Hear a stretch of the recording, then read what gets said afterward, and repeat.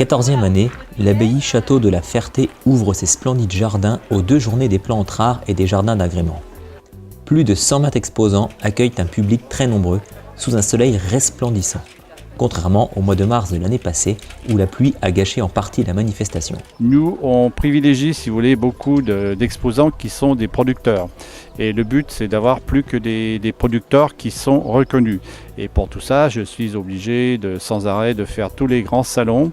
Alors, il n'en existe pas aussi un nombre important, mais je fais entre autres Saint-Priest, j'essaye d'aller avec Belette, Saint-Jean-de-Bourgard, qui est malheureusement cette année en même temps que nous.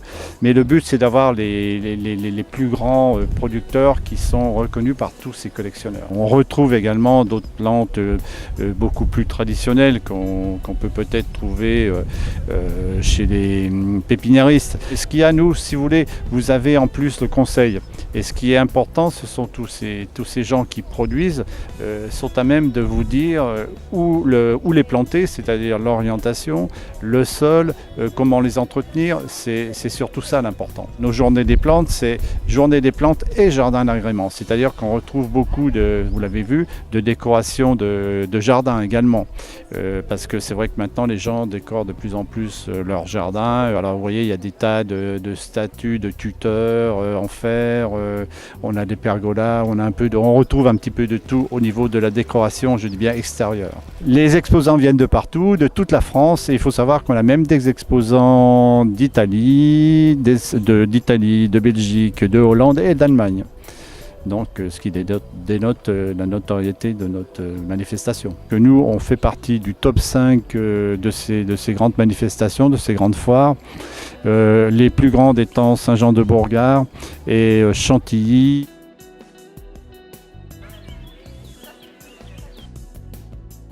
Je produis et j'élève des opuntia rustiques dont la collection est labellisée, elle est au Conservatoire des collections à Paris, au CCVS. C'est une collection d'opuntia, donc de figuier de Barbarie, venus du continent américain et canadien, qui ne gèlent pas, et c'est une collection unique en France. On les plante en pleine terre, dans un mélange de sable, terreau et terre de jardin, à part égale.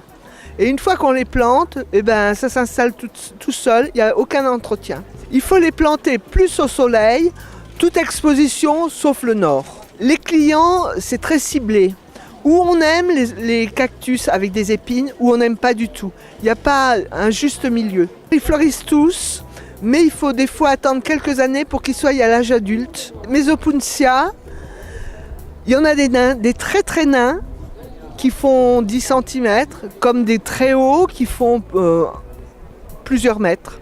À la foire aux plantes, on trouve donc cactus, clématites, rosiers, rhododendrons, euchères, mais aussi à l'intérieur du château, la reine des fleurs, l'orchidée. Il y a encore des plantes très rares qui ne sont même pas encore classifiées, c'est-à-dire qui viennent d'être découvertes encore à l'état sauvage, donc plantes botaniques.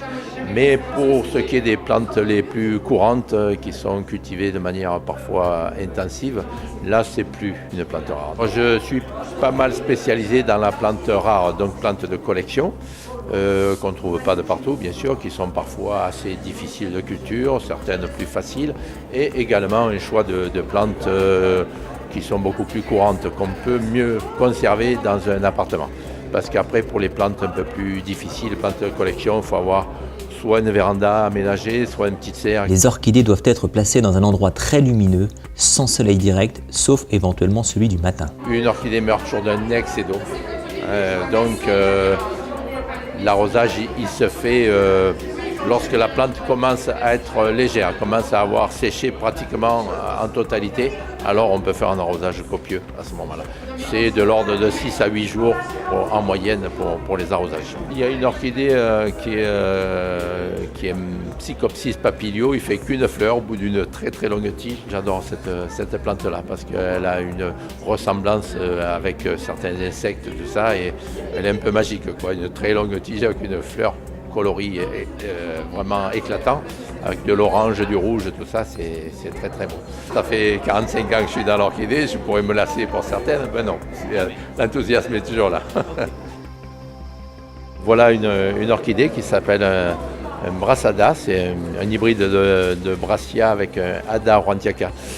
Et c'est une plante que j'ai créée en 97, environ 1997, dont j'ai jamais déclaré, j'ai pas fait la déposition en Angleterre pour pouvoir lui donner un nom. Et elle a été reprise après coup par d'autres établissements qui l'ont créée à partir de méristème. Et donc on en a fait des millions de plants et ça a fait le tour du monde.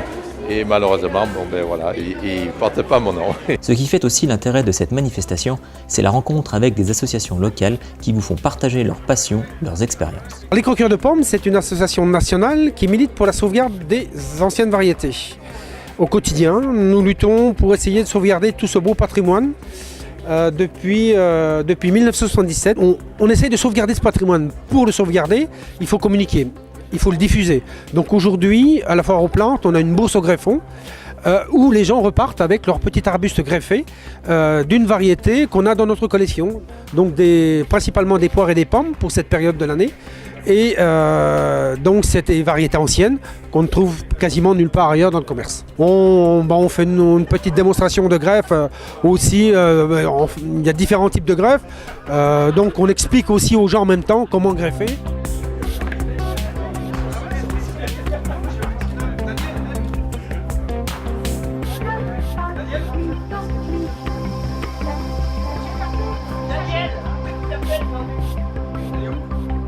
En cours d'année aussi, on organise des cours de taille, des cours de greffe gratuitement, ouverts à tout public. Alors ça se situe plutôt en début d'année, février-mars. Les membres du Bourgogne Bonsaï Club vous attendent le dernier vendredi du mois à Dracy. L'association, née il y a plus de 30 ans, organise aussi 1 ou 2 expositions. L'objectif est de mieux faire connaître ces arbres nains. Ces plantes cultivées dans un pot peuvent être créées avec n'importe quel type d'arbre, de végétaux, d'ici ou d'ailleurs, même à partir de vignes. Les gens viennent avec leurs arbres, donc les gens du club, des futurs membres du club qui viennent des fois avec leur arbre, qui ne savent pas quoi faire avec, qui sont en train de mourir, donc on leur donne un petit peu des conseils, on va les aider. On trouve beaucoup d'arbres sur le marché qui sont des arbres d'importation, donc qui arrivent après 1 mois de voyage en container du Japon ou de Corée ou de Chine. Quand ça arrive dans des grandes surfaces, ceux qui vous vendent ça en fin d'année pour les fêtes de Noël, tout le monde a acheté un petit bonsaï dans un petit pot, et puis qui est mort au bout de 4-5 semaines, quoi.